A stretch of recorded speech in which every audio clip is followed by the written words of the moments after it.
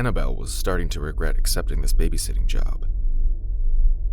In fairness, the Jensens were nice enough people. They had lived in the neighborhood for years, and their daughter, Angela, even went to the same school as Annabelle. But there was still something a bit strange about being in the Jensens' house without them. Joshua had been quiet since he'd gone to bed, so now all she had to do was wait for his parents to get home and she was free to leave. It was a simple enough job, but she still felt unsettled as she sat there, trying to watch TV, but nothing on it was grabbing her attention, leaving her restless and irritable. Plus, she could hear the grandfather clock ticking loudly in the hall. It was surprising how distracting it was. Then again, when was the last time she'd seen anybody owning a genuine grandfather clock? As Annabelle flicked mindlessly through the channels, her ears picked up a sound over the droning of the reality TV show she had paused on. Crying. A high-pitched whine that sent a shiver down her spine. Was that Joshua? Had he had a nightmare or something? She got up and tiptoed upstairs, carefully nudging open the door to Joshua's room. But when a beam of light fell on him, she could see he was fast asleep.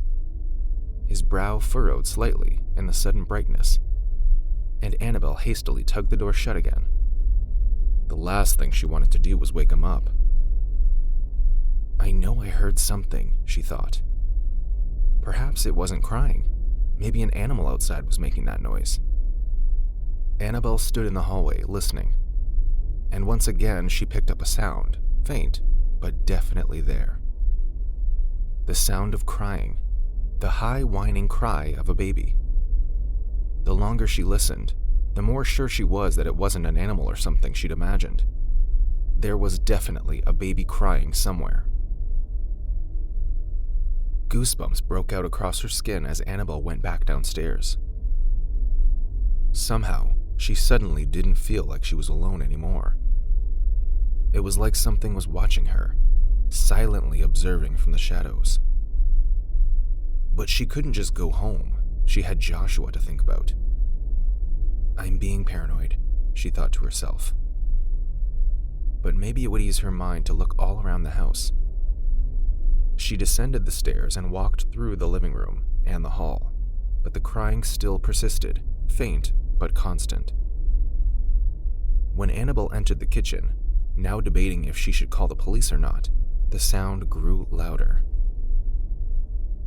There still was no baby anywhere, but now it sounded so close. Have one of the neighbors taken their baby outside? Annabelle glanced out the kitchen window. The back garden was completely dark. She could only vaguely make out the outline of the trees above the fence. Yet she thought perhaps there was something out there, a flicker of movement. I'll just open the door for a second and let the security light turn on, Annabelle thought to herself. If she didn't at least look, she'd drive herself crazy. Logically, it made no sense someone would abandon a baby in someone's back garden. But the Jensens' garden did border the woods that wrapped around the cul-de-sac. Was it possible someone had stumbled through there? Sucking in a deep breath, Annabelle unlocked the door and threw it open. Darkness. Yet she could hear the noise even louder now, coming from the very back of the garden near the back fence. Fumbling in her pocket, Annabelle pulled out her phone and switched on the flashlight. Stepping out onto the lawn, she made her way across it, while feeling the damp grass soaking her shoes. When she reached the end of the lawn, there was no sign of a baby or anyone else. She was about to turn back when she spotted something lying on the ground.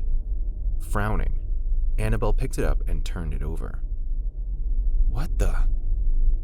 The recorder continued playing the baby crying even as Annabelle turned it over between trembling fingers.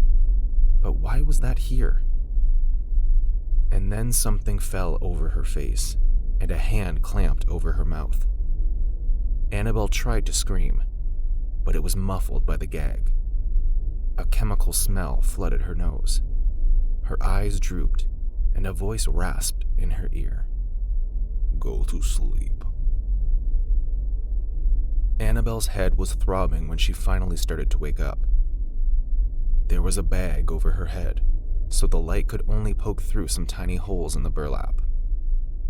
A jolt of panic stabbed through her heart, and she tried to reach up to rip it off her, but her hands were taped behind her back. She was strapped to some kind of chair. She tried to speak, but her tongue felt thick and furry in her mouth, useless as a dry sponge. As she sat up straight, she could dimly make out voices. They were muffled, like they were coming from another room. As if on cue, the door opened and footsteps came in. Men's voices talking loudly in a language Annabelle didn't understand. Suddenly, the bag was yanked off her head and Annabelle jerked in the chair, squinting her eyes against the sudden harsh glare of the artificial lighting. A hand grabbed her chin and tilted her face up, and Annabelle's stomach dropped as an ugly man with a cigar clenched between his teeth peered into her face. He grinned. Good. You're pretty. You'll make us lots of money, yes? He said, in heavily accented English. Annabelle's head swam and she must have drooped, or her eyes closed for a second. She was so disoriented that she didn't feel in control of her body anymore. But the next thing she knew, somebody was roughly shoving a bottle of water into her mouth, harshly instructing her to drink. She did so greedily, the action as automatic as breathing. Water dribbled down her chin and splashed onto her neck, but she couldn't bring herself to care. Now her mouth didn't feel like sandpaper and the thumping in her head had receded a bit. Annabelle summoned the last of her courage and looked up at the man, even if it made her skin crawl. Surely, this had to be a mistake.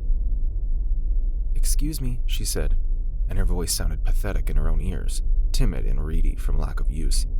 "I think I'm not supposed to be here." She'd heard urban legends about this, but she'd never put much stock into it before. Girls being abducted with men preying on their instincts to do the nice thing, the good thing. It seemed cliché, something made up to scare the gullible. She was seriously regretting not taking the warnings more seriously.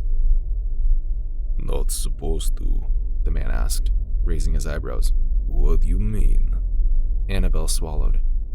"I just want to go home," she said, and the urge to cry engulfed her so suddenly that it was difficult to speak around the lump in her throat. "You have the wrong person. I'm just a normal girl. I need to go." But her words fell on deaf ears. More men were in the background. She hadn't noticed them before, but they paid the situation no more attention than you would a stray pigeon. The man was still smiling down at Annabelle in that sinister way, eyes roving over her trembling body. Very pretty, he repeated. Sell for a high price. Sell?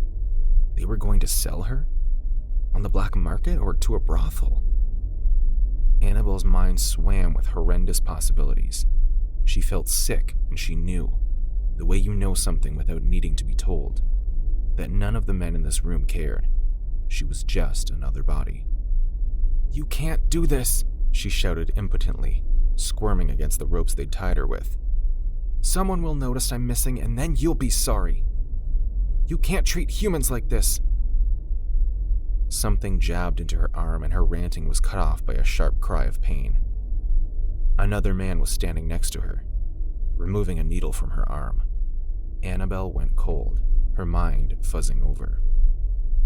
"Might need to keep her sedated," the other man was saying, his accent lighter than the man with the cigars. "She could be too noisy. Don't want to put off customers." The boss grunted his assent, waving a hand, and Annabelle struggled to remain conscious, even as the other man grabbed the back of her chair, turning it around and untying her hands. She wanted to jump up, to run, but her body was a sagging, useless thing that would not obey her commands. He picked her up and began carrying her out of the room. Annabelle could only watch her eyes slide helplessly shut, and then she knew no more.